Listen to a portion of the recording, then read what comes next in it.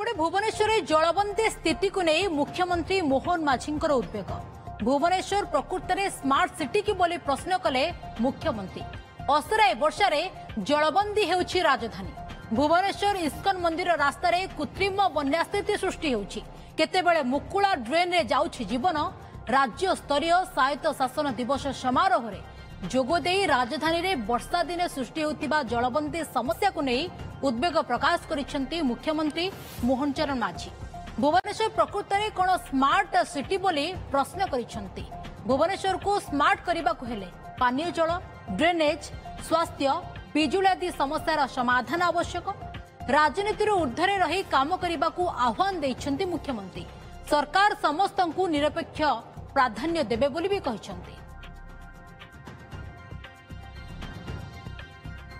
आम अनेक समय शुणी टिके वर्षा हेले आमर से जो इस्कन टेम्पल पाख जो रास्ता रे पानी भर्ती हो जाउछि, गाड़ी मोटर जाम हो जाउ एवं अनेक समय किसी जदि टिके तलकू जीवा कोठी मुकुला ड्रेन सब एमिति पड़ी रही।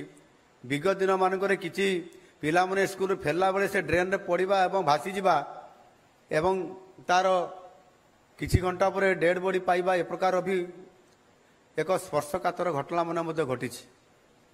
एणु वास्तविक आमे आम सहर को स्मार्ट करिबा, तार यथोचित विकास करिबा।